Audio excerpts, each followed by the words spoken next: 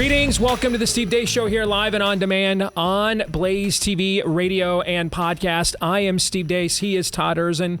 He is Aaron McIntyre. And she is Jill Savage, our beloved Blaze TV colleague. It is good to see you again. Jill, how are you? I am doing well. Ready for a Friday. You know what? Whatever Aaron has in store for us, let's go. Indeed. Let's go right after we tell you about our friends at First Cup Coffee Company. They are a proud Patriot-owned coffee company with a delicious flavor for every freedom-loving American. If you would like to try it today or try it again, you can get 10% off when you go to firstcup.com and use the promo code DACE. That's firstcup.com, promo code DACE, and you'll get 10% off for the life of your subscription if you subscribe as well at firstcup.com. Use the promo code DACE at firstcup.com. Of course, the Deace group coming up here in a moment. Next hour, Feedback Friday will be coming your way. We always look forward to that. You guys get the last word on the show every single week. But let's begin with the Deace group.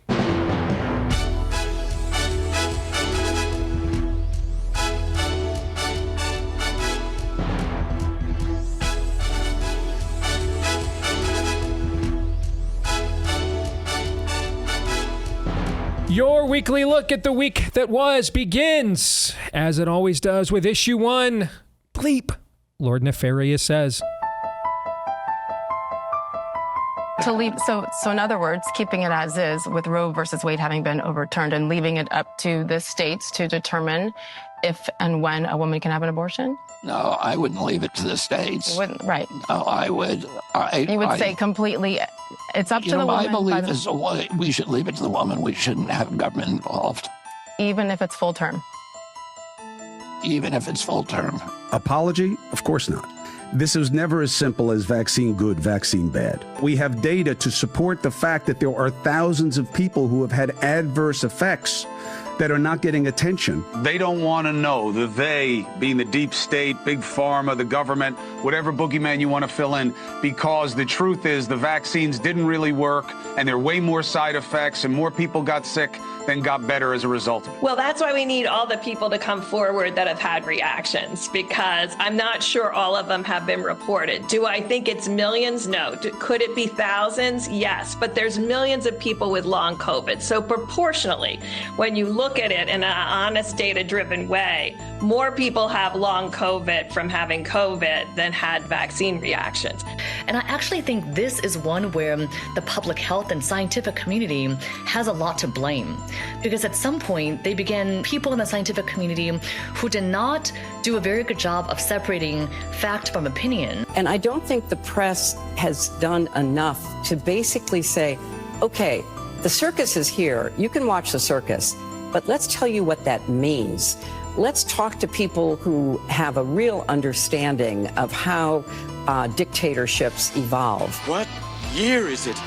Young black kids growing up in the Bronx who don't even know what the word a computer is. They don't know. They don't know these things. Oh, no, I'll put it back on. I know. Oh, he went back. Oh, you're right.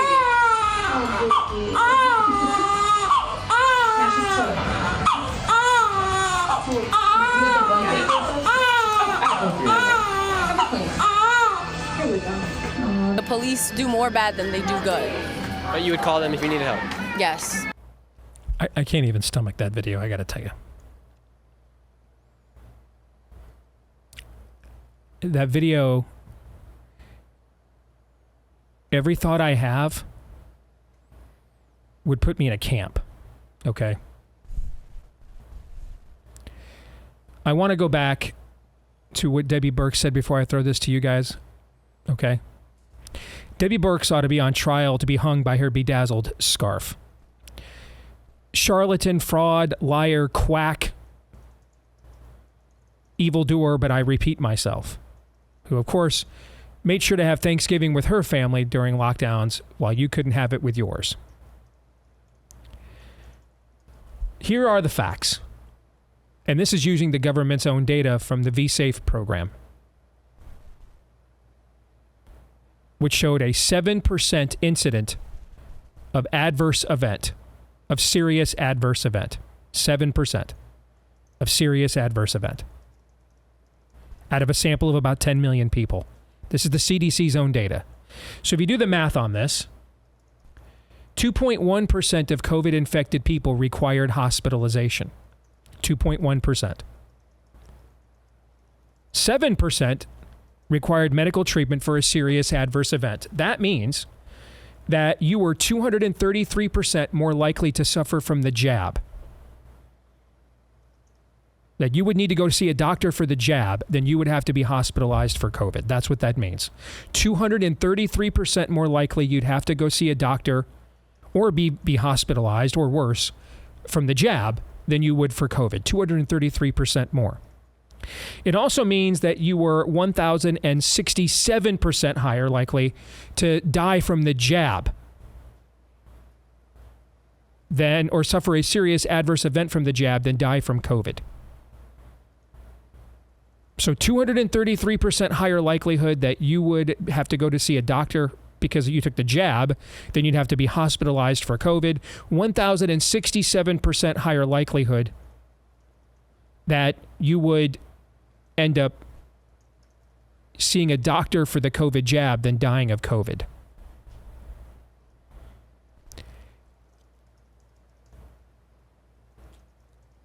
Again, this woman ought to be on trial for her life, and if convicted, hung from her bedazzle scarf.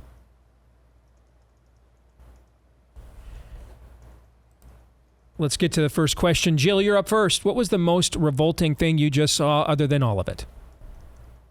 Yeah, I mean, all of it this week. But like you were saying, Steve, the COVID revisionist history, because who had on their 2024 bingo card that a Cuomo would come out on TV and say, oh, yeah, you know, I did have adverse side effects from getting jabbed. And Debbie Burke's going on and saying that, and Wen going on. And, oh, yeah, we really didn't do a great job looking at the science of everything. Well, you know what? When we had an opportunity to look at the science, everybody was going through big tech corporations, Facebook, Twitter. You couldn't say what you wanted to say. They were labeling you as mis and disinformation, which, by the way, let's revisit this from the top. At Davos this year, the top thing that they say is the biggest national security issue in the world is mis and disinformation. So that's still not over. They still don't want you to be able to say the truth. But now we've gotten to the point where the AstraZeneca vaccines are no longer available. And oh crap, people are actually figuring this out. So to have any realm of being able to do this again when they need to have that little piece of credibility, because they're going to try this again in some different form. They needed to say, oh no, we're on record now. We knew what was happening. That's the worst part about it, because you see, like you say, Steve, all of the different stories that have come out where this has ruined people's lives. This has killed family members. And this is all that we get is, oh, we should have looked back at the science and maybe taken a closer look. Todd? You know, at the end of that last stupid Star Wars movie, when all of those space sailboats showed up to save everybody. Yeah. That doesn't happen in real life. In real life, and this is the worst of the week, and that's on that montage where everything is nuclear Holocaust bad. It is the nurses that are off screen. You pretty much only see their arms passing off that baby to that bearded demon in the bed. He's bad enough. Burks is terrible. Cuomo, they're Wen, terrible. But those people get to be the so-called experts because the people like those nurses who are everywhere are the problem. They're clapping like trained seals. Here's the baby. Enjoy throwing it into the volcano.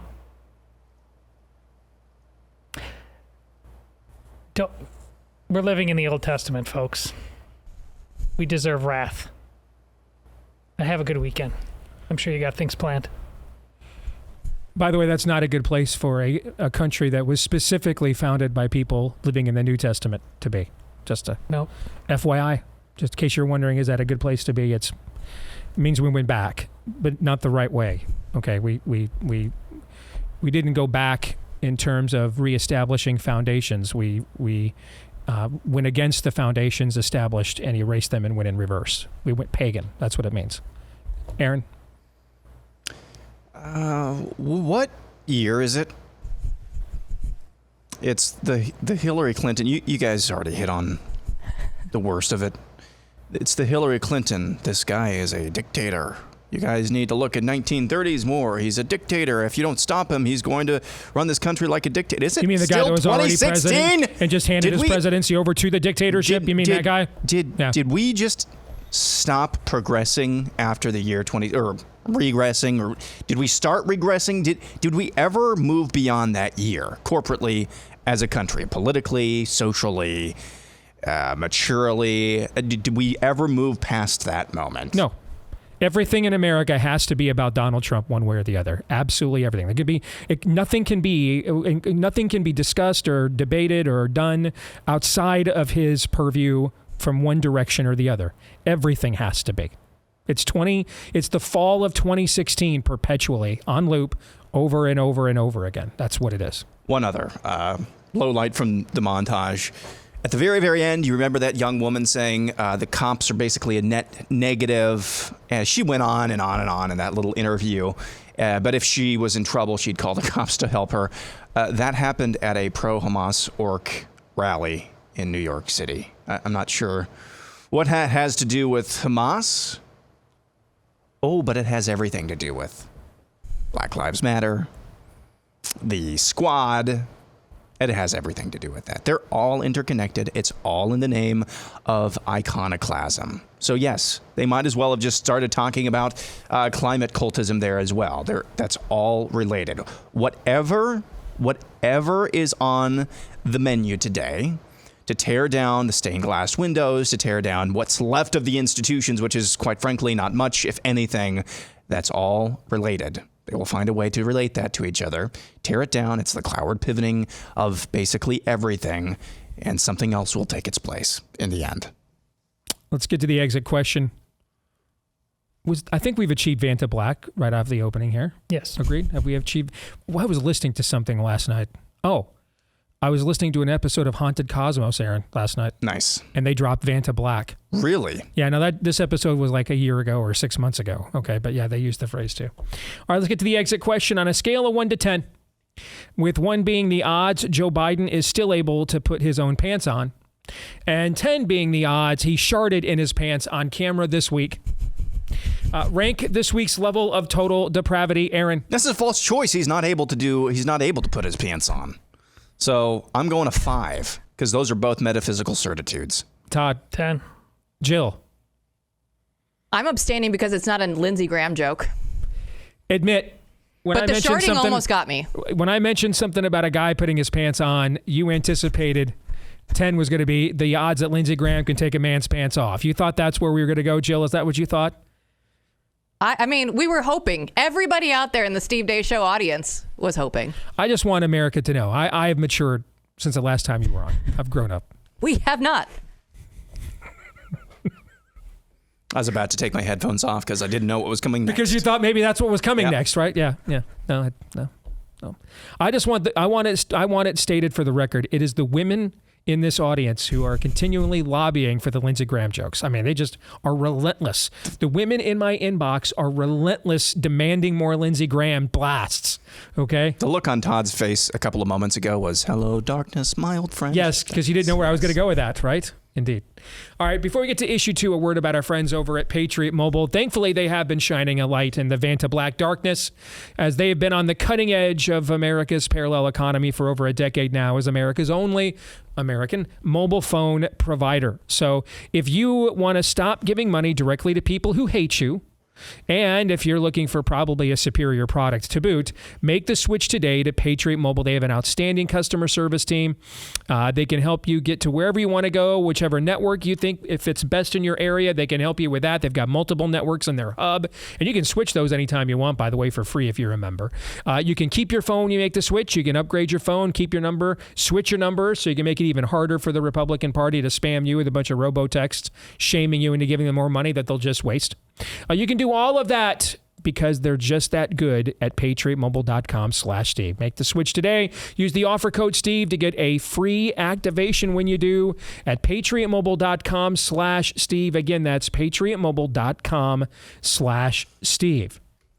Let us get to issue 2. Should we be covering this? There was some trial this week involving porn stars Stormy Daniels and Donald Trump. Something about hush money. I saw a bunch of memes about how Stormy Daniels is asking if the judge could gag her. Trump has pleaded not guilty to 34 counts of falsifying business records in order to conceal paying Daniels for her silence about her claim of having an affair with Donald Trump well before he became president. Here's a headline from the Babylon Bee. Stormy Daniels offers hush money to courtroom sketch artist to please stop drawing her. Here's Donald Trump's thoughts on whatever it was that happened this week. This judge is corrupt. He's a corrupt judge. This judge, what he did and what his ruling was is a disgrace. Everybody saw what happened today. He's a corrupt judge and he's totally conflicted. And I got to get back on the campaign trail. I'm not supposed to be here. So I decided to include this topic because it's the biggest story in the country that we have not covered in any way, shape, or form this week. Now, did I get the right trial, by the way? Was this the right one? I think so. I don't know. I mean, I really don't I was know. asking earnestly. I really don't know. I love it when you guys send me notes so I can read it. You'll never need to read anything in anything. I will just tell you. Okay? Todd and Aaron, does anybody ever need to read anything into anything with me? Like on any level? Whether we're talking about sports teams, our wives, kids, okay? What I'm going to have for lunch and existential matters on the show. Have you ever, in all the years you've known me, Todd, 20 some odd years, you ever needed to read anything into what I meant? I wish sometimes we'd have to read into you more. You probably wish you could read into me more. Yeah. Exactly. It's the other way around. Your headstone will not say subtext on it. Sometimes I don't want to know what candy you had this morning. That's good. My headstone will not say subtext. You're correct about that. That's true. And the sad thing is I'm a writer for a living, which makes it even harder. But that's we'll let that go. But here's the thing. From the beginning, we have not covered almost any of these with one exception. And that is the Washington, D.C. case. Why? Because I've made the calculation, and since it's my show, I get asked to make these kinds of calculations, that this was the one that I thought was really the most existential threat to winning the presidency. I don't believe having Donald Trump being a convicted felon in a New York courtroom with a very partisan prosecutor is going to change anybody's minds one way or the other. I don't. Okay? I don't. I think putting him on trial in Washington, D.C. as an insurrectionist and convicting him as such, I think that has much more danger from a presidential election standpoint. So that's really the only one of these cases we've ever really followed, period. I haven't followed the Eileen Cannon case. That's the judge right in Miami. I think that's her name. I know it's Cannon. Yeah. It is. Is it? Did I get it was close. Yeah. All right. Because I just didn't think the timetable of that case was going to actually work itself out. Stop me if am I saying anything incorrect here? No. I mean, we don't even talk about this stuff privately. I will tell you guys, the first day Stormy Daniels testified, I sent a summary to Todd and Aaron with no other follow-up commentary, not, hey, put this in the montage or give me your thoughts. It showed up in my email feed in a news alert, and so I didn't even know she was testifying, honestly. I clicked on it, and I was like, this is just ridiculous and silly, and so I sent it off to you guys, and we've had no follow-up conversations about it. I found out this morning when I went to work out at the gym, and they were talking about her day 2 of testimony yesterday, that she was testifying for another day. I mean, I'm not even like paying attention to this, like, on a casual level. I'm just not interested. And I don't think the truth is attainable one way or the other. I don't think this trial is about getting to the truth. Okay, I think it's very likely Donald Trump paid hush money to a porn star that he tapped, okay, and that he barebacked while his wife was nursing his son. I think that probably happened. I also think that that we are making a unique exception out of him because his name is Donald Trump, and the amount of politicians that have probably played skin flute and bump uglies with porn stars with their wives even in the other room is probably long and undistinguished, but they're just not named Donald Trump, so we're not going to put them on trial for it. Okay, hush money abounds. So I think the whole thing is a farce. Still with me so far? Mm-hmm. That's why we haven't covered it. But maybe we're not doing our jobs. So the forum is open. Should we have been covering this? Should we be covering it now? Anybody disagree with my reasoning, you're more than welcome to. Go ahead. Play ombudsman. Do they even still have that at media entities anymore? No. They just decided that, let's all be honest. You know and I know that we're not consulting these people. So let's just eliminate the position. Yeah, okay. They see themselves as the ombudsman of whatever's left of America. That's very true. They're their own, like a law unto themselves, an Correct. ombudsman unto themselves. Yes. All right. So thoughts. Floor is open. That's my position, what I think as the person whose name's on the marquee. But you guys go ahead. Feel free to check me. No, listen, the math within any of these trials in and of themselves is immaterial.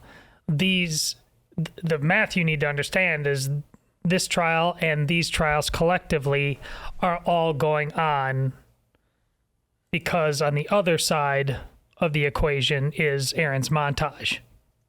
Bingo. And for all of that evil to be shoved down your throat and for them to get away with it, they need to say, no, that's Hitler over there on the other side.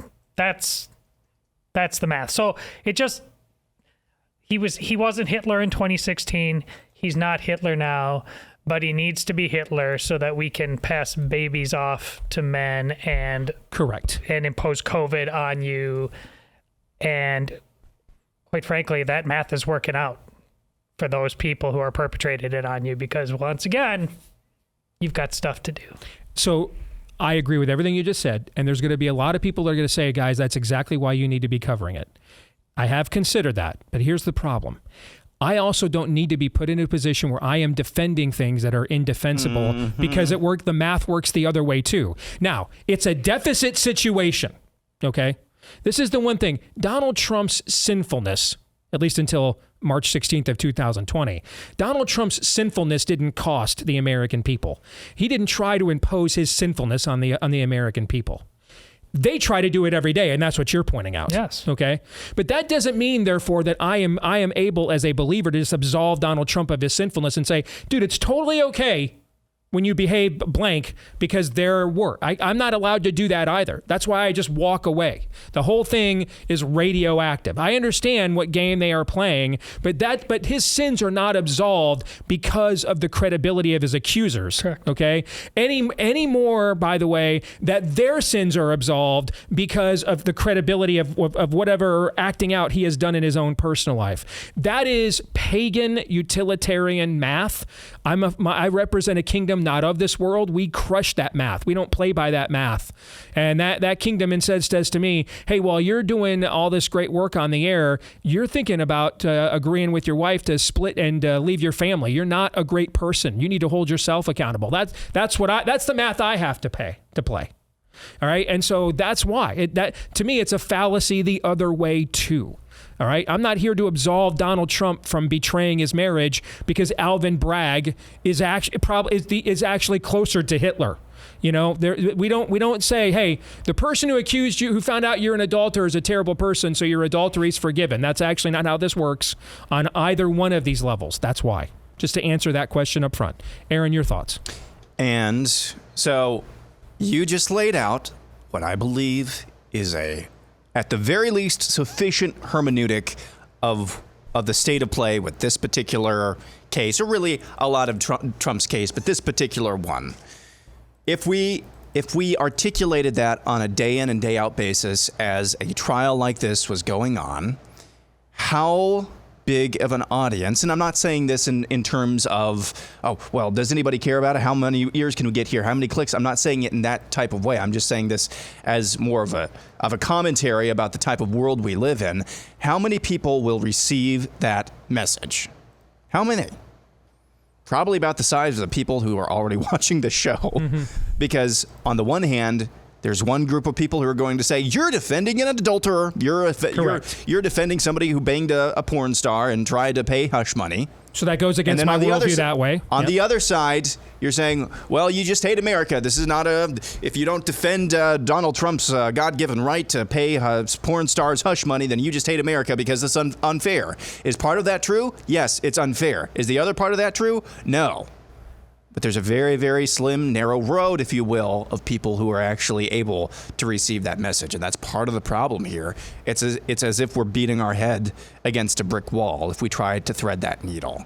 That doesn't mean we shouldn't necessarily, but in terms of actually making this a cornerstone of news that we cover, we're doing it right now. But that's, in my mind, that's why I'm not just itching to put this in the montage every day. Jill? I completely co-sign on everything that you guys have said before, but this is a story that is made for the 24-hour news cycle. I would say it's red meat, but on the leftists, maybe it's like a cauliflower steak instead. But what we're doing is we're appealing to the lowest common denominator, right? You guys have said on this show, this is the least important election of our lifetime. And it's stuff like this that this is it. There's no actual details that we actually need to know from this trial, but we love the show.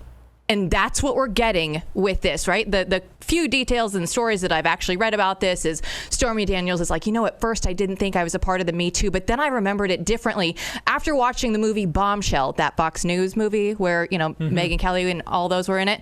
And then she's like, oh, maybe that was me, right? Like, this is a republic if you can keep it. This is what we're down to, you guys. This trial.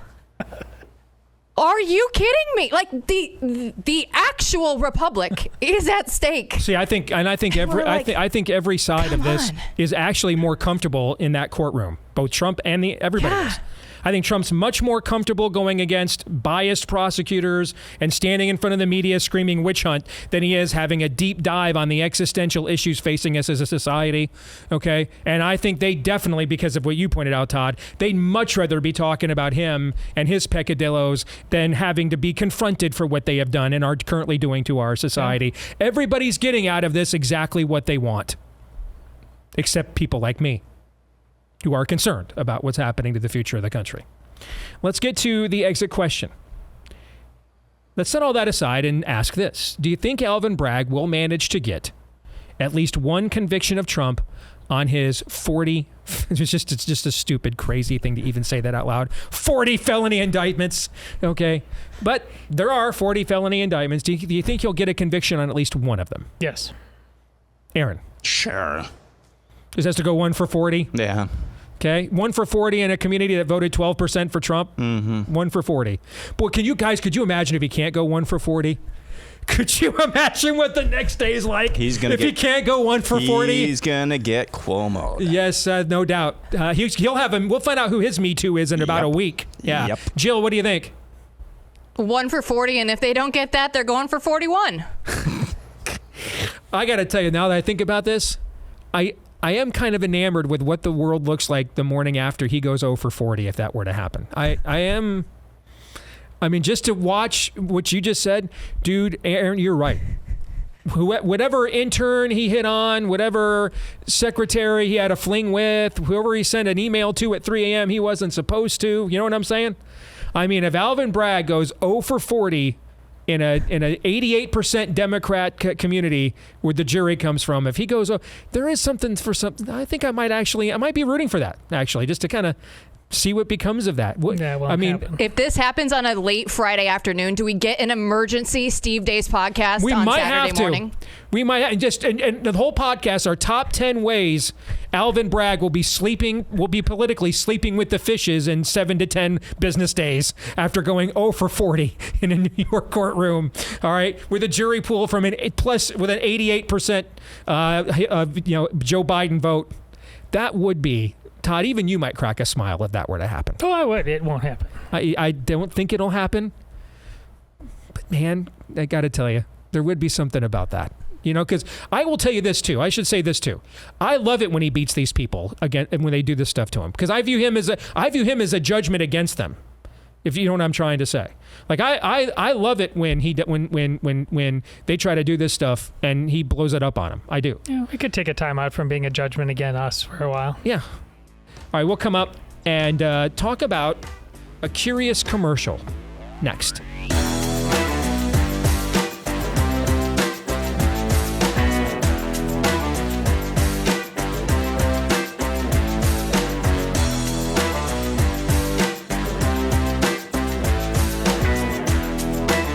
So we brought Miracle Made on board last year.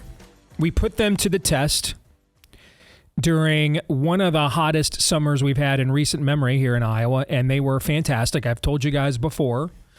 We've lived in the same home now, going on, this will be 18 years this year, and it's the first year ever during this summer I didn't have to run the ceiling fan in our bedroom at night to supplement the AC, the central air, to stay cool enough to sleep. That's how good these sheets held up. So you're like, okay, they got the temperature regulating one way. What about in winter?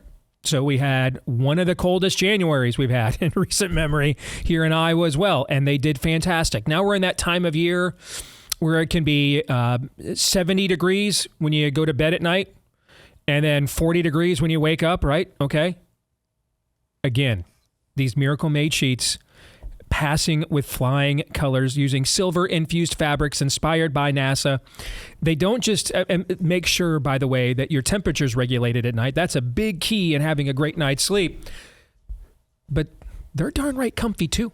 All right, which is why I would highly recommend that you go to trymiracle.com/Deace, trymiracle.com/Deace, and try Miracle Made sheets today. And whether you're buying them for yourself or as a gift for a loved one, if you order today, you can save over 40%. And if you use our promo code DEACE at checkout, you'll get 3 free towels and save an extra 20%. Miracle is so confident in their product, it's backed with a 30-day money-back guarantee. So if you are not 100% satisfied, you'll get a full refund. Upgrade your sleep now with Miracle Made. Go to trymiracle.com/Deace and use the code DEACE to claim your free 3-piece towel set and save over 40% off. Again, that's trymiracle.com/Deace. Use the promo code DEACE, trymiracle.com/Deace. All right, let's welcome back Jill Savage as we continue on with our weekly look at the week that was. Let's get to issue 3. What is Apple truly saying here?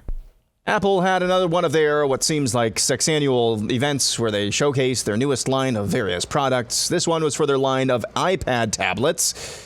Typical fare, better screens, faster processors, thinner designs, new accessories. It's the type of event that became consumeristically nauseating about 9 or 10 years ago.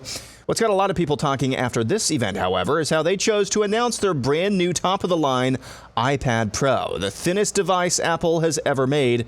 Watch this.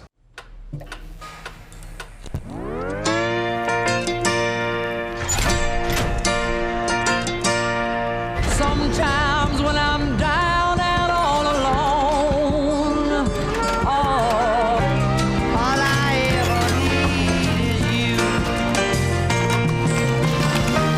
Winners come and they go,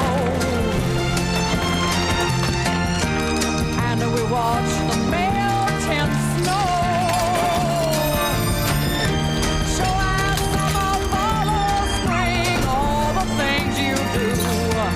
Give me a reason to build my world around you. Come and follow rainbows, I am told. The most powerful iPad ever is also the thinnest. All I ever need is you. So 40 years ago, Todd, you and I are old enough to remember when Apple introduced the Mac with the 1984 commercial. Do you remember this? Big Brother and with the Big Brother guy. No. It was right out of Orwell's 19. You don't remember that ad? I don't think so. You could go back on YouTube and look that up. You'll remember it. It's one of the most famous television commercials of all time. And I didn't believe in this topic. I did it because you and Aaron both recommended it. And then sure enough, after you guys recommended it, I've seen like 300 posts about this commercial online. So I knew there was a reason why I hired you guys. All right. So you guys were dialed in on a lot of reaction to this commercial. So let's start with this opening question. And Todd, I'll start with you. Is this a clever ad or an unintentionally prophetic statement? It's the latter. It's the latter, and this is why one day Terminator is going to be true, and we're all going to be ruled by Skynet. We know who they are, and Tim Cook. They hate the past. They're not. Look at what they're purposely crushing the past. Conservatism, by the way. Edmund Burke standing on the shoulder of giants, revering the past. This is just spite. And it's way more than, music and the things that it's, crushing into one place and one time there. And this is also why technology and comfort go hand in hand. And this is a great blind spot amongst many moderns who think they're conservative, but they're just as easily duped into this kind of thing. I honestly, the first time I've seen it, and the feeling has not gone away in many viewings, a chill comes down my spine. You're being conditioned to be put in a vice and squeezed, and you're fine with that. Aaron? The answer is a little bit of yes, a little bit of both. The answer is yes, a little bit of both. And this is, I believe, Apple has a long history of, I don't know if you want to go creative marketing. Let's call it that. So what is marketing? I've said this before. Marketing is basically the art of ensuring that the people buy the proper things. It doesn't really matter what the thing is. It's just the matter of how it's marketed. And are people more inclined to buy things if it's marketed in a way that says this is incongruent with you as a person, this is incongruent with your motivations, this is incongruent with your desires? No. They're most inclined to buy things that are marketed in a way, you need this. This is a part of you. This belongs with you. You belong with it. And so, yes, it's a piece of marketing. But you always like to say, Steve, you can tell a lot about the state of the culture by the state of its men. You can tell a hell of a lot about the state of a culture by the state of its marketing. And what have I also said? The only degrees they're handing out at the University of Hell are degrees in marketing because he's a hell of a marketer. That's what this is. So yeah, it might be some clever marketing, but the only reason why the marketers who chose this, which is basically, if you were listening, let me just describe the commercial for you. It's crushing. There's this big iron press that is basically crushing reality.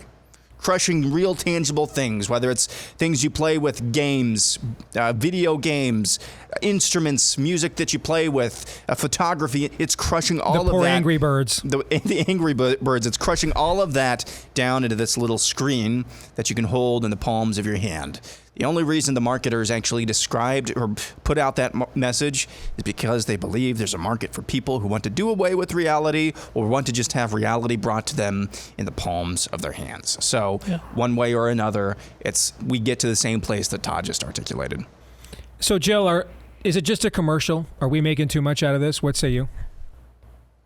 No, and they actually have come out and said that they had planned to run that commercial on TV and are now backing off of it because of the backlash that they've already gotten just from the online community. And I look at that and, Aaron describes it and it might as well be a trash compactor, right? Just, here we go. We're just going to crush everything all together. It's all your hopes and dreams, everybody. It's just right there. And to Aaron's point of the creatives and the marketing, you see the guitar and the piano and the camera getting crushed. And this is what people enjoy doing, their hobbies. Sometimes it's people's livelihoods. And we're all supposed to say, that's not good enough. You don't need an actual guitar, an actual piano, an actual camera anymore. Forget about all that. You can have the convenience. It's so much easier. Just do this over here. And it's like, I can have that. But when I have that in a device form like this of a phone or an iPad or whatnot, the government or Apple or whoever also has the control. When you rent a movie, if you buy a movie, even if you buy that movie, book, whatever is, digital download, you don't own that. They can take that off your device at any point in time. If they choose to say that, that book is no longer relevant, we need to burn that book. Well, we need to delete that off of everybody's devices as well, right? And so I look at this and just say, there's a whole world out there. We can't just be so consumed with this little device to say, this is all I'm ever going to need. And just to put that in a commercial and say, this is what we should aspire to. I think that's what really has people getting fed up with this. And it's the face that, the truth that we actually have to go and look at. But are we going to give it up? No. It's just we don't want to be confronted with it. Is it possible they know their audience better than we think? And I'll just say this. I've seen this recent trend doing Peloton rides at home on my Peloton riding days, and a lot of the instructors are somewhere between Aaron's generation and ours, so older millennials and Gen Xers. And and I ride just because the generation I'm from. I ride a lot of the rides that are 80s, 90s music, okay, because that's the music I grew up listening to. All right, and they will comment frequently about this isn't auto-tune. These are people singing the actual songs. Hey, look, there's an instrumental solo. There's a guitar solo in the middle of the song. And I find this fascinating because I don't listen to any of the contemporary music. I don't know who many of these people are. Okay. I'm older now and I take pride in not knowing, in fact. Okay. I thought Lil Wayne was like a comic line that they came up like Batmite. There's like a, Bruce Wayne as a kid. I didn't know it was like a rapper. Okay. So if that's what the music consumption of the oncoming generation is, then Apple is actually playing right into that along the lines kind of what you were talking about, Aaron. Yes. Yes, they wouldn't market it this way if they didn't think that there was a market. They would be crummy marketers if they decided that this type of approach to their marketing was going to work when it was not actually congruent with those that they were trying to market it to. Like, why didn't they, instead of doing, why didn't they do something, a marketing campaign like Make Real Better? With the real better, I don't know. I'm not a marketer. Why didn't they show people going out into nature, going out and creating things that are real and capturing that on their device? Why wasn't that their marketing campaign? Let's get to the exit question. What is more likely? Joe Biden knows how to use an iPad, or he sharded in his pants again today. Joe, what's more likely? The second option, obviously. Come on. Yes. Come on. He doesn't know how to use an iPad. Todd. He doesn't know what an iPad is. I agree. He doesn't know what an iPad is. Aaron. Probably the first option. Yeah. All right. So let's get to our kicker topic. Since we're talking about iPads, if you could add one feature to the iPad, what would it be and why? Aaron. An ability to necromance Steve Jobs. That is very random and bizarre, and I dig it. Apple lost its magic when he died. Okay, I totally dig it. Okay. Necromancing of Steve Jobs. I like it. Todd. Self-destruct. I knew it.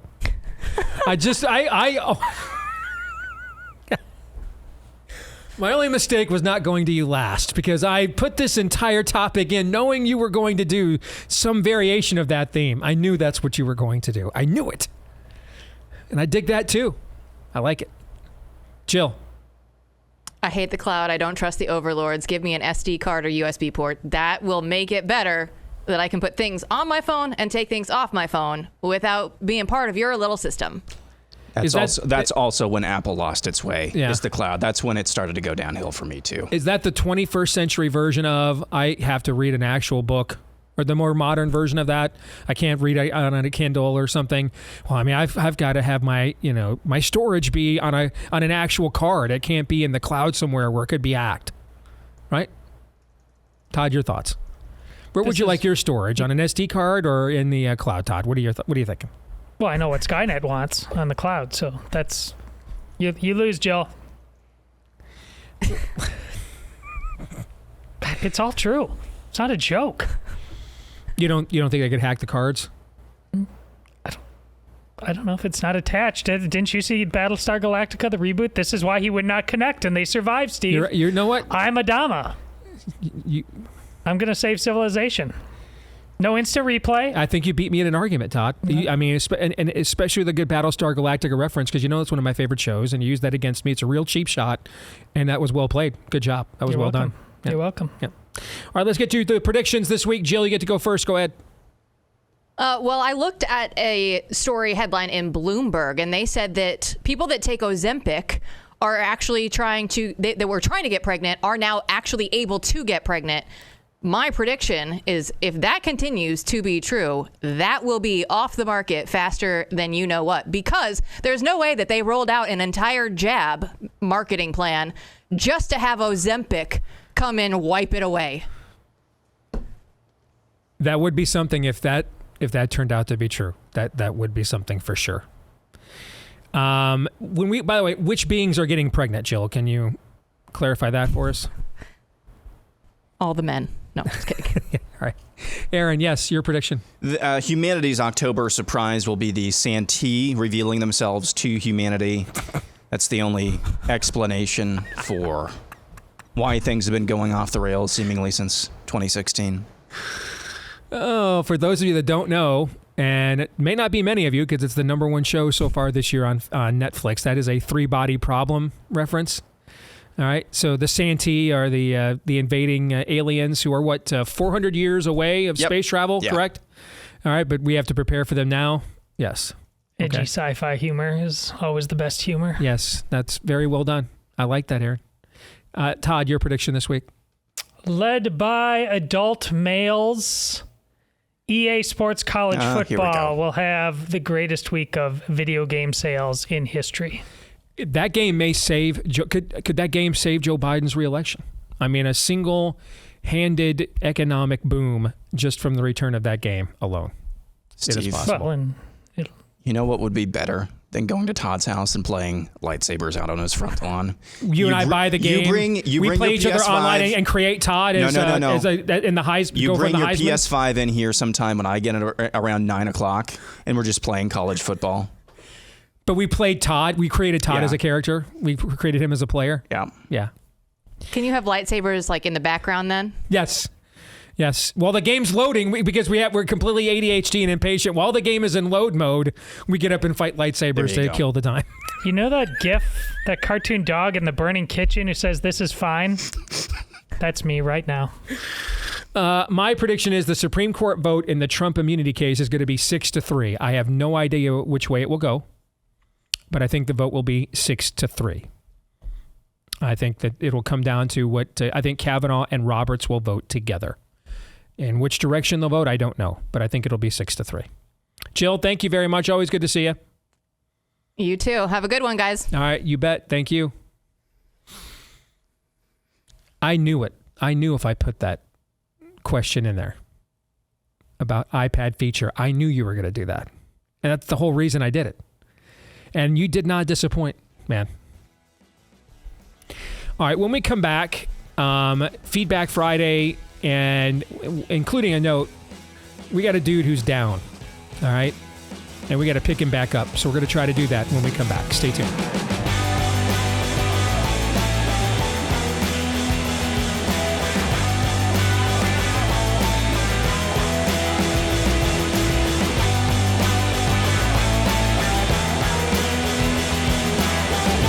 All right, back here with Hour 2, live and on demand on Blaze TV, radio, and podcast. Steve Deace here with Todd Erzin, Aaron McIntyre, and all of you.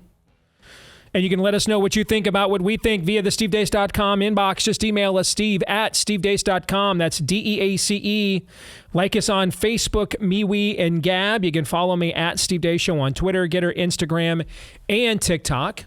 That's, again, DEACE. And if you're on the podcast, thank you, please. If you have yet to do so, leave us a 5-star review if you like the show, of course, and then hit subscribe or on iTunes, follow.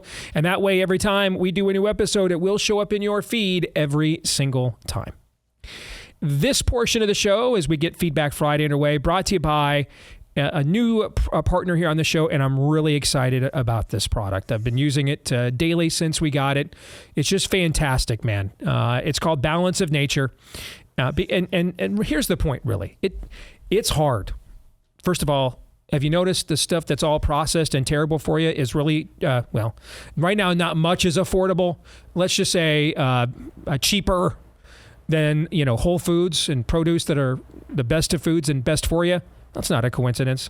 From the same people that brought you, we have no way to treat your respiratory virus, so just go home until you're about dead, then come back and we'll put you on a ventilator and flip a coin and see what happens. And no, it's not 1748. It was 2021, and we didn't know how to treat a respiratory virus. So it's not surprising that all the foods that are processed and build inflammation and put on weight tend to be cheaper than the ones that are really good for you. So then there's the busyness factor and everything else. This is where Balance of Nature comes in. It's the on-the-go solution. They haven't raised their prices for 10 years. They have a proprietary blend of 31 fruits and vegetables, come in easy-to-swallow capsules, will give your body much of the nourishment it needs. I mean, you try eating 31 different kinds of produce in a single day. Well, that's what you get with Balance of Nature's fruits and veggies. When you go to balanceofnature.com, you'll get 35% off plus $10 off any additional sets with your first order as a preferred customer by using my discount code DACE. That's limited to just 5 sets because it's that good of a deal. But you'll still save tons of money while getting the fruits and vegetables that you need. So go to balanceofnature.com. Use the promo code DACE for 35% off. That's balanceofnature.com. Promo code DACE for 35% off. All right. Let's get to some Feedback Friday. You guys ready to go? Let's do it. Yes. All right. I want to start with this note from Christy. And Todd, this is for you. Okay. She writes, the other morning I was getting ready to take my dog out for his potty break, bemoaning the fact that yet again he won't take care of his business without me watching. What a freak. I wasn't really awake yet. The yard was wet. It was sort of cold. I'm in Wisconsin. I couldn't find any socks. Ugh, I whined to myself. My ankles will get wet and cold. Suddenly I stopped, desperately hunting for my socks, as I heard Todd Erzin's voice in my head yelling, "You're too comfortable!" I put on my shoes and bravely sockless marched into the cold, wet yard. I considered leaving my jacket inside too, but I'm not quite ready for that yet. Baby steps. I was proud of those wet, cold ankles. By winter, I'll be stomping around outside barefoot so I can hear Todd yell, "Frostbite is a badge of honor!" And my dog will be trained to carry a little barrel of vinegar on his collar and dig me out of the snow. This is one of my favorite notes that we have gotten so far this year. I couldn't wait to get to Friday to read this to you. Todd, your thoughts? If everybody just does their part, that's very... This is your version of It Takes All of Us. Yes, it takes a village. That's Todd's social justice message right there, Aaron. Your thoughts? Yeah, you know, at the end of the day, regardless of how many people decide to get uncomfortable, this nation might just be gone. But by golly, it'll be gone with frostbitten ankles, okay? So we have that to hang our hats on. What, was I supposed to be encouraging or something? Could be worse, right? God. Deep Thoughts by Jack Handy, Todd Erzin version. Frostbite on your ankles is really bad, but it is a terrible thing to live in a climate that is so hot you cannot get frostbite at all. Right? Where are we going now? Huh? What are we doing? Where are we going with this? These are your pithy Jack Handy-like lifeisms. I think in Todd's economy, see what I did there? Todd's economy, living above the tree line or above it, either on a mountain or what longitudinally above the tree line, that is the most uncomfortable place you can be. There's no wood to burn. Nothing to do, nothing to give yourself comfort. That's where we all need to move to. Is that right, Todd? All of the best things, I mean, even in the movies. Yeah, movies suck now, but in the movies we say we like. The great things happen through hardship. But in real life, we tell ourselves the opposite. This is true. 100% it's true. And we apparently don't plan on doing... I mean, it's like increasingly obviously true. The more comfortable we get technologically and everything, have more freedom, more choices, can carve our own path and our destiny, we're handing off babies to tranny men. Guys, I'm just doing the math. So, what was her name? Christy. Christy's a disciple. It was pithy. It was funny. But yes... Die to yourself daily. She's with you. Yeah. Yeah. She's taken her first steps into a larger world, Obi-Wan. Mm-hmm. Yes. All right. Okay, I mentioned at the end of last hour that, and I mean this sincerely, this is not tongue-in-cheek, we have someone now, we got a brother, we got to pick him up. Okay? Because here's the thing, that because we live in such a convenience-driven, soft culture, as you just heard Todd articulate, and you heard him mention yesterday and the day before that, and the day before that, and the day before that. Okay? Because of that, this sort of, we call it even tough love now. It's really just what fathers did. They prepared you for the realities of the world. Now, it becomes abusive when you're broken and they just pile on your brokenness at that point. But it is loving when you're broken, and that means now you're ready. Now that you are broken, you are ready to be built back up. This is what our Lord does to us. Todd just mentioned, we die daily. We deny ourselves. We pick up our cross. We follow him. And it's when we do those things that now he is doing his best work in us to make us and conform us into the image of his son. What we were originally intended to be before sin came into the world, right? Mm-hmm. But we have to be broken first.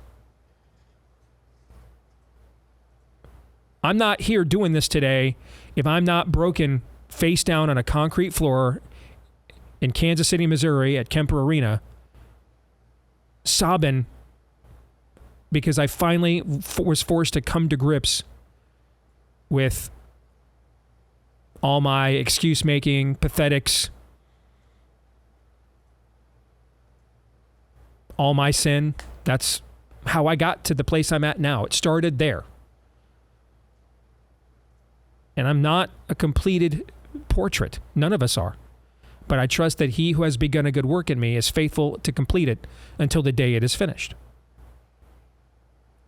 So, I think when you guys hear me share this note, you'll agree with me that this person, and they didn't ask me to, I'm going to withhold his name, to show him some grace.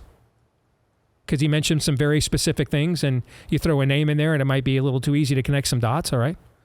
But I think now we're at a point now where this individual this is the point now where he has to learn to get back up. If you stay down,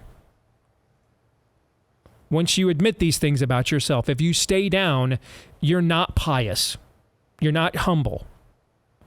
You're actually playing right into the enemy's hands.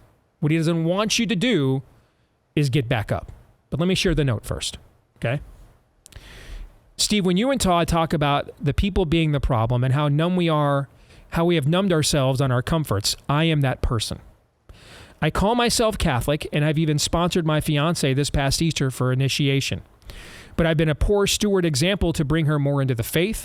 It's mostly just been inertia, and I'm representing the faith more like a Costco membership than a way of life. I've destroyed my finances putting myself into debt. I quit my job as an apprentice electrician by essentially just walking off the job site and lying about why to everyone. I'm a coward, afraid of confrontation, and most of all, lazy to the point of not even caring if I can pay my bills. My whole life is just a wretched, lukewarm malaise that is sending me straight to hell.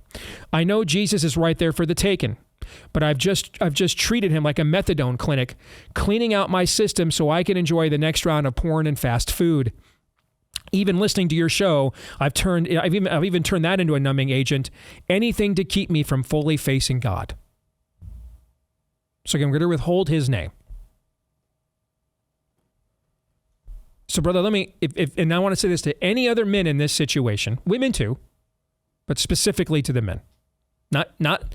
Not singularly, but specifically. I don't know what it's like when a woman comes to the end of herself and what it takes to get her back up off the ground. I'm not one.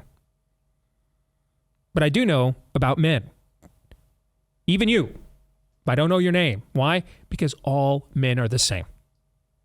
We're all the same. What's the game? What are the rules? Who's keeping score? How do I win? We're all the same. It's just how we answer those questions and then different preferences we have aside from those questions that separate us, but we're all wired the same. So let me tell you a few things. If you're a BlazeTV subscriber, you saw my oldest daughter in here, Anastasia, yesterday doing the overtime for 3 non-political questions. You're not a BlazeTV subscriber. You've seen her on the show more than once, right? Smart gal, can hold her own. Yeah. Yeah. Let me tell you about her dad. When we brought her home from the hospital,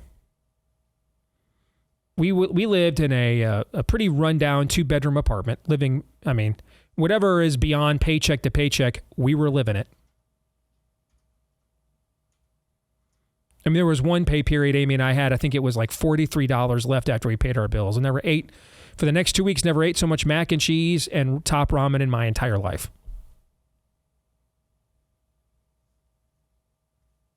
And I wish I could tell you there was a noble reason for this. There wasn't. I got kicked out of university because that's what they do to you if you go an entire semester and don't go to a single class. They threw me out. My mom, God bless her, she did the right thing. She told me, hey, you moved out, man. You're on your own. Door don't swing both ways. Thank her for that. She did the right thing. Didn't let me move back in and become a loser. So I had to find a job, a place to live. I worked at a temp agency called Manpower that many of my friends years later found out about and thought it was a gay bar. No, it's an actual temp agency. It might even still exist. I don't know. I worked with lumberjacks, carrying wood. I mean, I did a series of odd jobs, some out in the outdoors, some in offices. And I ended up moving back to Iowa because I got involved with sports betting through one of my best buddies in high school. He knew a bookie, and I thought I was pretty good at it. And so one week, I let everything I'd won up until that season. I was and I went double or nothing with another bet. I parlayed it.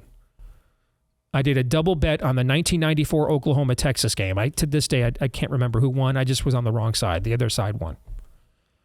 And now, since I parlayed it, I can't pay the bet. I know this bookie's going to come after me. So I called my grandmother, who was living, who was still living. She's since passed away. But I was her TT. I was her first grandkid, the most spoiled. So I called her up and said, hey, I want to start my life all over again. Can I come stay with you and start all over again? Because I was afraid these guys were to come after me and hurt me. And she's like, sure, what are you thinking about moving? I said, today. And so I did. I packed up my stuff from my 86 Buick Skyhawk, didn't tell my landlord I was leaving. But it was a month-to-month thing, so it didn't really matter to him. And I drove my car to Des Moines, Iowa in a 24-hour period and started my life all over again. So I flunked out of school. I'm a total loser. I welched on a bet, running away from bookies. And I get a job working at the mailroom at Blue Cross Blue Shield. Minimum wage. And I talked myself into a part-time news assistant job at the Des Moines Register, which after a period of years would eventually turn into a sports writing gig. But, I mean, I was, a glorified poop deck swabber. So that's why we lived in that crummy apartment. Couldn't pay any bills. My wife made more than me for like the first at least 4, 5, 6, 7 years of our marriage. Even after Anna was born and she went to work part-time and was working overnight so that one of us would be home with the baby at all times, she was still making more than me for a long period of time.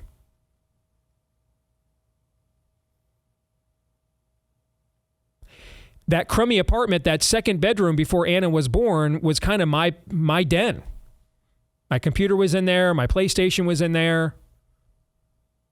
I say this stuff out loud now, and I'm like, why did Amy Ramsey ever marry me? I say this kind of stuff out loud now. It's like, no way I'd let one of my daughters marry me. No way. They'd have to do it behind my back. They'd have to elope. That's also where we put Anna's crib was where I had kept my porn collection because I had no other place for it. Yeah, that young woman you see sitting over here once a week,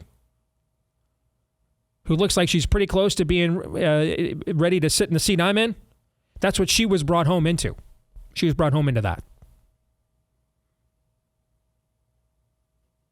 Now, why am I sharing this with you, brother?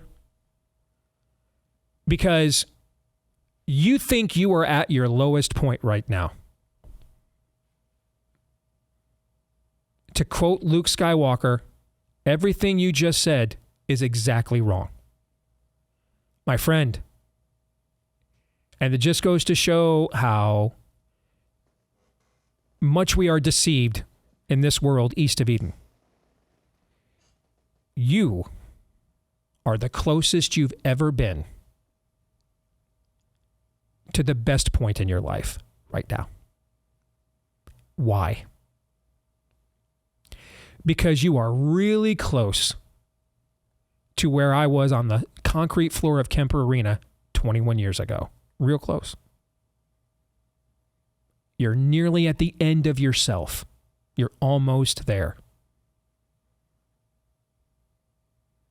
And that's really where real life begins. You are admitting harsh, but nevertheless honest truths about yourself. You are coming to grips with whom you really are. No more games. No more lipsticks on pigs. No more lines, no more fantasies. No more narratives. This is the real. This is it. And that, brother, that is when your Maker does his absolute best work. See, you thought the goal, and so do many of us, you thought the goal was to be the highfalutin, celebrated religious figure who walks into church and understands how much better he is than everybody else and says, thank goodness I am not like these other people. Nope. The goal is to get you to walk into a church and beat your fist against your chest and say, Lord, have mercy on me. I am a sinner. That is the goal. Because when we get there, you know, it's funny, if you knew me when I was 16 or 17 or 18, you'd be not surprised at all that I turned out the way that I did and I'm doing what I'm doing now for a living. If you knew me at 21, 22, 23, 24, you'd be like, how did this happen? Jesus happened. That's what happened. King of the universe happened.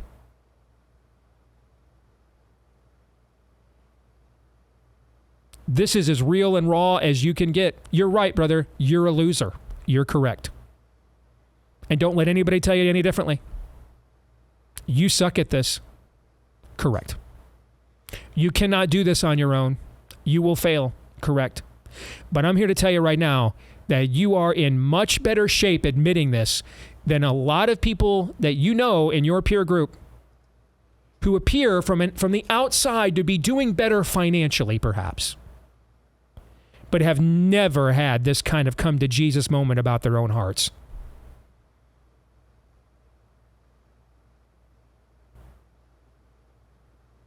What you need to do now is take everything you just said and you take that to the cross.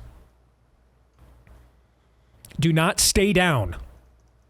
Do not stay down. See, the enemy won't give up now because you're no longer accepting his lies about yourself.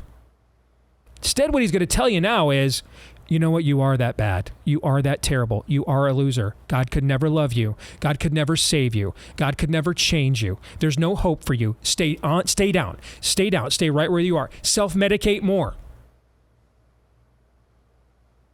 Your reality is hopeless.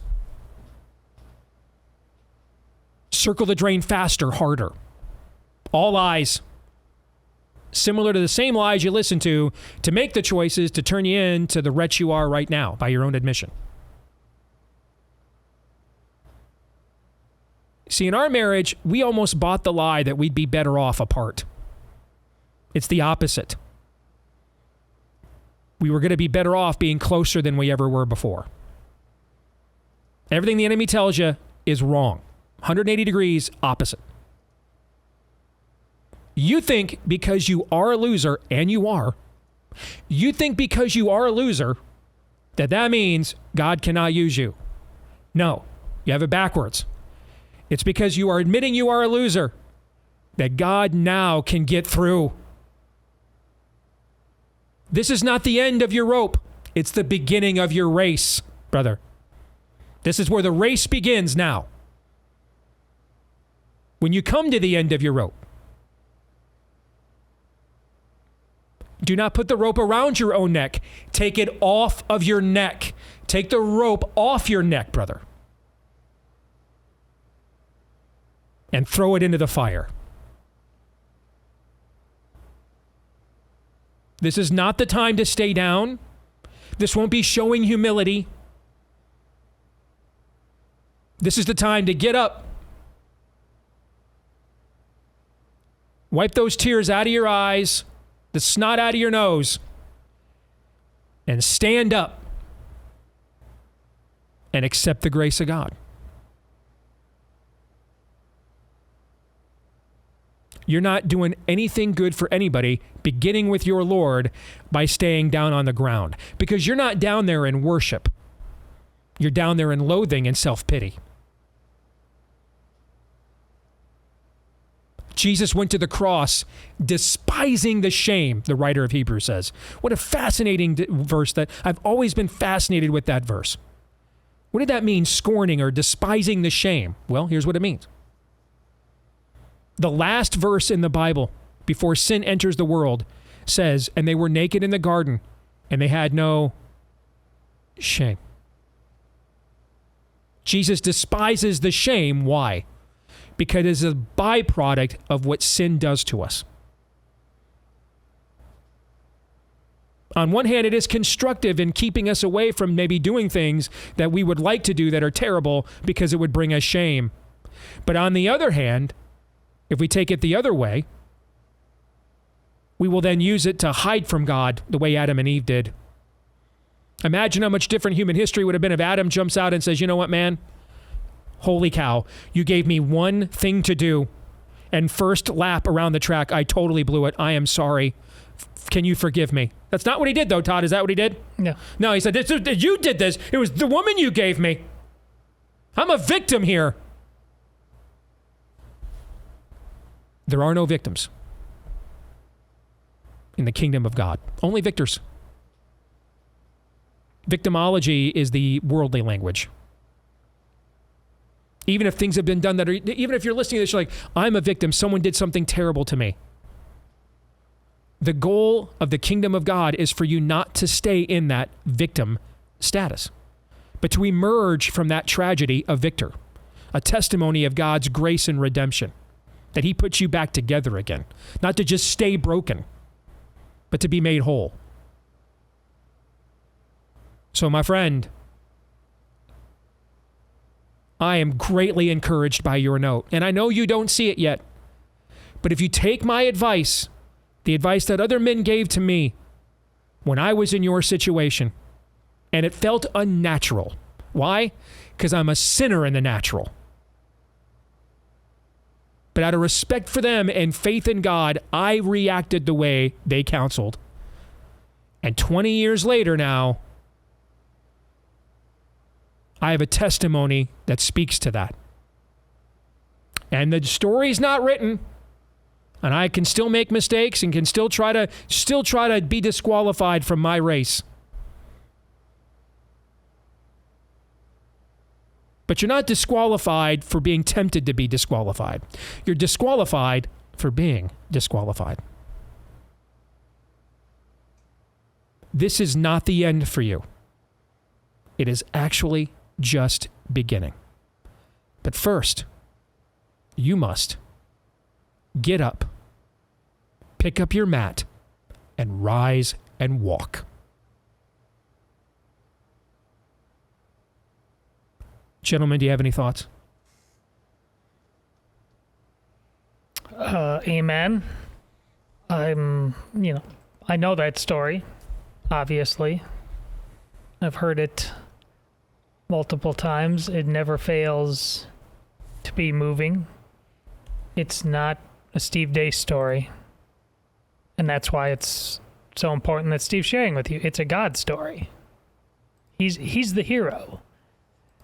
Don't think too much about yourself in all of this. That's what got you to this place. Just keep thinking about the things of God and stepping out there. You wrote this note because thinking all about you has gotten you here. Mm-hmm. This was clearly a God thing. Well done. Just keep doing that. You and the particulars of the job and the relationships and the hobbies that you use to anesthetize yourself and all of that, again, give all of it, over to God, just in the way you did when you wrote this letter. Just writing this letter is miraculous on its face. Keep trusting that. I think the key part of what you said there, Todd, is don't think about yourself too much. Because right now, that is the obvious and present temptation. That's the obvious thing to do when you are coming to the place where you are. And there's going to be a temptation. One is what you articulated, Steve, is to stay down. The other temptation, God willing, if you feel like taking a step, is going to be to white knuckle this and try to fix this by yourself. Mm-hmm. Don't fall into one of those pits. Amen. Psalm 51 is written. It's one of the, I think, Psalms of penitence, repentance that David wrote. It's written after Nathan the prophet comes and confronts him and says, "Thou art the man." And it's one of the best known Psalms of penitence from David. Create in me a clean heart, O God. David is crushed by the weight of his own sin. And he is crushed. But he's a man after God's own heart, the scriptures tell us. Does he stay down? No. He admits his sin, falls before God, and asks him to create a clean heart in him. Was that the end of David's story or that episode? No. There was much more heartbreak and earthly consequences to come for David. But in that moment, he got on his knees and begged for a clean heart. Get your mind off of you, get it onto God and to others. Hope that was encouraging to him and everyone listening. More in a moment.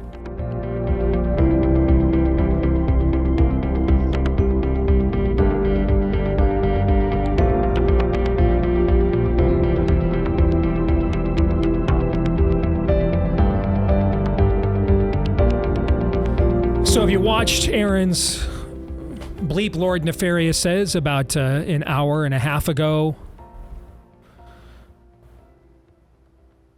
You were just reminded again, as Debbie Burks walks freely the streets of America to continue just gaslighting the country after all the evil she caused. And Anthony Fauci signs another book deal, and everyone who did this to us gets rewarded for it, and no one is held accountable. Take as much control of your health care from this process as you possibly can. One great way to do that, that's accessible to everyone, is Jace Medical. All right? Make sure you get a backup of some of the most important medications in the world. I mean, we thought ivermectin was one of the most important medications in the world. They gave it a Nobel Prize in 2015. Then it just became horse paste that was dangerous and didn't work. You couldn't get a prescription fulfilled for it anymore. You cannot trust these people. You cannot trust the system. Unfortunately, we cannot immunize ourselves completely from it either. So what if there were ways, though, to inoculate yourself as much as possible? One of those ways is the Jace case. You can also customize it, by the way. If you've got specific medications you want backups of, they can do that to you or do that for you as well at Jace Medical, including ivermectin, EpiPens, those kinds of things. Go to jacemedical.com. JASE is how it is spelled. That's jacemedical.com, and use the promo code DACE at checkout for a discount at jacemedical.com. One more thing to our gentleman we were speaking to last segment. I just received this email from Trina. I wanted to pass on to him. He says, as a fellow Catholic, a resource for the guy who emailed you, I'd suggest is justaguyinthepew.com. JustAGuyInThePew.com. John Edwards is a Catholic convert who was addicted to cocaine, porn, and other drugs. He hid it from his parents and wife until he got busted buying from a dealer. And now he counsels Catholic men and sets up men's groups in parishes all over the country. So, JustAGuyInThePew.com. I wanted to pass that along to the emailer that we spoke to a minute ago. Marty says, what is refreshing is Todd bringing it daily. If pastors and priests brought the reality of the Bible and our lives as believers, things would be different today. Fire and brimstone tent meeting preachers brought it many years ago. Most churches don't even have a pilot light. What a descriptive metaphor that is, man. That's a word right there. Okay. So Marty says, you keep bringing it, Todd. Here's the thing, too, you need to know. Because, again, in a previous era, I wouldn't have to say this. In a previous era, the football coach telling you you're not good enough to play and you're going to get hurt if you don't get stronger. If you don't use this technique, you're going to get injured. Okay? This is harsh now. All right? In a previous era, the expectation was, in the previous era, if your football coach told you that, you went home, cried to your mom, and your mom said, have you tried listening to him? That was the previous era. And you wouldn't even think about crying to your dad, all right? That wouldn't even be you wouldn't even have that on your palate, okay? This era is, I don't have a dad, and mom thinks I'm a snowflake special, okay? So I need to say this now because of the era we're in, and in every other previous era, I would not need to say that. The coach is saying this for your own good. He does not want you to get hurt. He does not want you to get injured, and he doesn't want you or the team to suck. Okay? It's not a personal attack. You're just soft. We're just soft. And so we need to say this. Understand, this guy's raised 4 girls, and they're actual girls, Todd, right? They are. They're girls. Yeah. Girls, feminine women. Absolutely, yes. just okay. like their mama. Yeah. So the expectation is that things are said bluntly. Now, of course, we are speaking to the men on the show differently because men need to be spoken to differently than girls. But the same motivation applies. It is for you to not stay where you're at, but to do better. That's the expectation. So, Marty is correct. Go back to the conversation we had yesterday with J. Warner Wallace. We are the most narcissistic we've ever been and also the absolute stupidest. The dumbest time to ever be alive is now.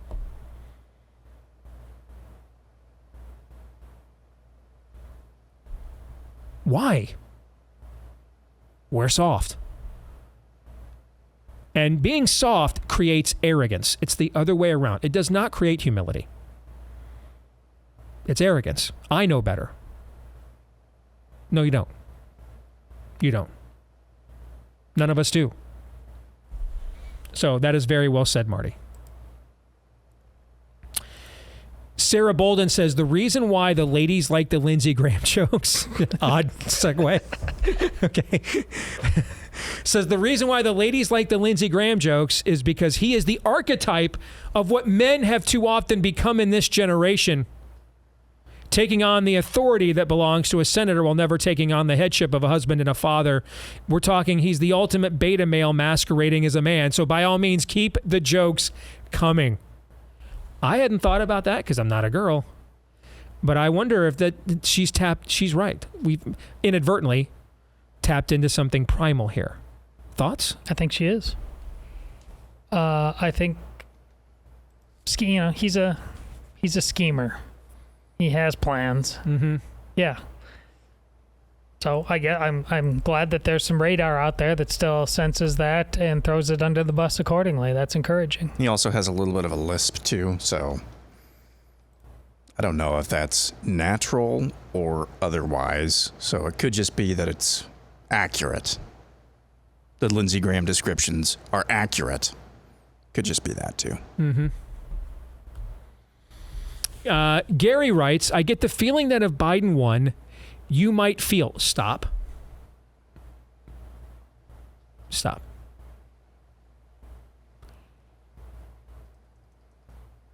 You don't have to get a feeling of where I'm coming from. You don't. I did in a show, and in fact, I've done this several cycles. I didn't support the Republican nominee all throughout the 2008 cycle. I didn't support the Republican nominee all throughout the 2012 cycle. I didn't support the Republican nominee throughout the 2016 cycle. Donald Trump 2020 was the first time I had voted for a Republican nominee for president since 2004. As you guys were either on or listened to those shows back in those eras, did I keep from the audience that I was not supporting the Republican nominee? No. Were they unaware of this? They were not. Did I withhold my criticisms and explanations? Did we just bypass it completely and never discuss? That did not happen. They did not. How many times have I demonstrated that you need to interpret and get the feeling of where I'm really coming from? You already heard what I had to say. Yeah, the answer will not is be on your headstone. Correct. Subtext. The people that know me are what you guys said earlier. They wish that they had to do that actually more often. All right? You don't have to. If I thought there'd be vindication in Trump losing, do you know what I'd say? That! I'd say that. I mean, have I demonstrated where Donald Trump is concerned? I'm not willing to tell you what I think, regardless of how you will take it or what it'll do for my bottom line. Have I demonstrated? How many more of the demonstrations of that must I perform, do you think? Infinite, probably. Apparently. If you don't need to get that feeling, Gary. It's not accurate.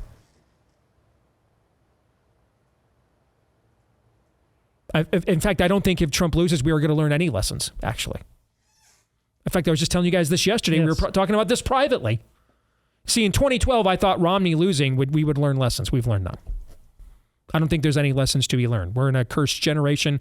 We're circling a mountain. It's just a matter of which year of the 40 are we in, or are we ever going to get to come out? I don't think any lessons will be learned. I don't.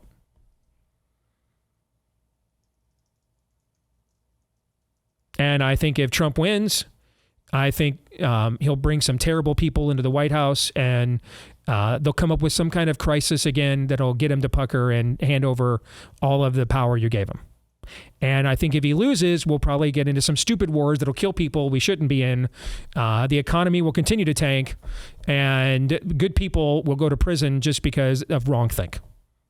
Why do I think that? Follow me now. Because Donald Trump's been president before. Huh? Right? I know we're all acting he wasn't president before, but he was.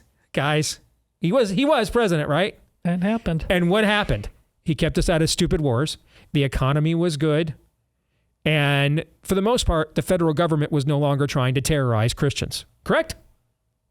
Yeah, early on, yeah, absolutely. And then, of course, they came up with a crisis, and he completely puckered and handed over everything he gave to them, and along the way brought some terrible people with him to the White House, which created an unprecedented revolving door of personnel. That happened too, also right? True. Yeah. How old's Trump? 80? 80? Yeah, pushing 80. So I'm kind of thinking we'll get what we got before. You know, without the Holy Spirit, you get what you got before. So I'm not making some, deep probing analysis. I just remember, unlike many people in this business who apparently have forgotten, that he was president once before. And so we got his energy independence, the economy was better, and he kept our sons and daughters from dying in stupid wars. Those are all good things, right? Mm-hmm. And then, they contrived the crisis to get him to pucker, and he did, because he has no real courage or worldview, and it completely collapsed in the face of that. Handed over the country. We were lucky to get out of that thing alive. Okay, right? Yep.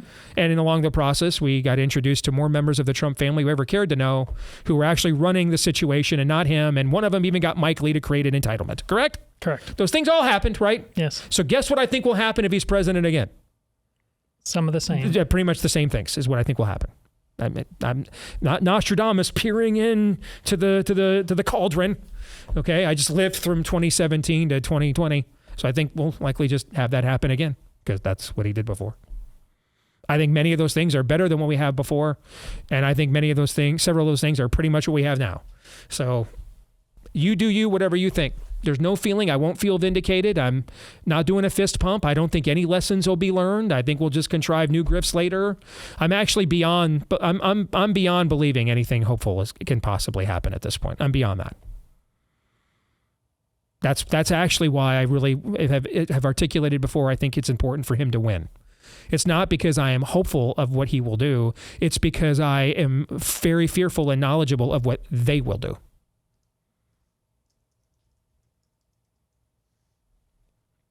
So, There's no hidden messages, nothing subliminal. I think I have more than demonstrated I don't care about offending you. I really don't. If it's what I think, and I think it's right, I'm going to say it. Even when I financially probably should not. But I like being able to say what I want. So I like that even more than money. Did I say I dislike money? No. No. I said I like that more than money. So it's higher on my priority list. So you don't need to get a feeling. You don't need to interpret. There's nothing to interpret, and there are no feelings. I will just tell you what I think. I think if he loses, nothing will be learned. Nothing. What does Steve mean by that, though? That's good. I walked right into that, and I deserved it. Just like I knew, as soon as you got to speak, he's going to do it, isn't he? I knew you were going to do it. There was a pregnant pause. I walked straight through it. Yeah, you did. I appreciated that. Thank you. A word about our friends over at Eden Pure. They are back with their famous Thunderstorm air purifier. It's their top selling purifier. It goes after the components that are causing the bad air in your home, the cigarette smoke, the viruses, the molds, the mildews, the bacterias. So it's not an air freshener. It's a purifier. It will seek and destroy those things that are the reason why you don't like the air in your home, your office, your garage. You can get it's filterless, by the way, so you won't be replacing filters out of pocket or out of time ever. All right. And you can get a 3-pack right now for under $200 with about $200 in savings. That 3-pack for whole home protection when you go to EdenPureDeals.com. Use the discount code STEVE3 for that discounted 3-pack. Discount code STEVE3. We've gotten so many great reviews of the Thunderstorm air purifier from you and our audience since they came on board here a couple of years ago. You might be their next success story. You might be the next one to rave to me about Eden at EdenPureDeals.com. Discount code STEVE3 at EdenPureDeals.com. Pat, I think, has a fascinating correlation here. He wants to know, is there a correlation between the attitude of full-term abortion and meatball surgery? On Tuesday's show, you highlighted the woman who wrote "not a human yet" on her belly, and she referred to it as part of herself, like a limb. Nobody hacks off an arm or leg by choice to make their life more convenient. But in recent years, people are opting for mastectomies and genital reassignment surgeries. Is there a similarity in the thought process, doctors' willingness to perform, and or society's acceptance? Sure. This is, I think, very profound. I think that Pat has come up with here. Why do you say sure? Other than they're all from the same source. Well, hell. Why wouldn't there be? Yeah, well, but the ability to engage so casually in such horrific things. There's an Occam's razor conclusion too. They must have the same source and the same numbing agents, etc., etc. I think the math is just sound. You don't need a Rube Goldberg machine to figure all this out. There are a number of authors and commentators out there who have, with increasing frequency, I've noticed, drawn a straight line between these types of behaviors. This is fundamentally an anti-God exercise. Yep. Anything that is anti-God, they will endeavor in. Yep. Anti-God, I don't know what that being is inside me. Well, I do. They really do know what it is. They know it's a human. Deep down, each and every one of them are little Bill Maher's. Yeah, it is murder. I'm okay with it. It's anti-God. Mm-hmm. They see the Imago Dei in themselves, and they hate it. That's why they get the surgeries. That's why they try to change that. Amen. On the outside, the outward appearance. Yep. But increasingly, they will become even more angry, more depressed, more futile, and they will recognize this. That's why Donald Trump saying, I don't think he knew the truth of what he was saying in that video yesterday, saying, have you ever noticed leftists are some of the most depressed and angry people? There's a reason for that. Mm-hmm. They're not battling a political battle. They're not battling a culture battle. No. For they're goodness waging sakes, war with God. they have all of the political institutions. Yep. They have all the cultural institutions. Every corporation's kissing their rear end. They're as angry and filled with rage as ever. Why is that? Because the more they take over these institutions, the more they capture minds, the more they realize that this Imago Dei is not going anywhere. The God who created them is not going anywhere. It's a battle against reality itself. That's the connection there. Amen. Let's close it out with a word from our friends at realestateagentsitrust.com. If you are getting involved in Let's Go Brandon real estate market, make sure more than ever before in these unprecedented times that you have a real estate agent you can trust. It'll be a top seller, someone that knows the best practices, someone that's often from this audience, so they share the same values that you do. All right, get the referral you're looking for at realestateagentsitrust.com. Again, that's realestateagentsitrust.com. That's where you want to go. The name says it all. realestateagentsitrust.com. Everybody have a great weekend. We'll see you Monday. Until then, Romans 8:28.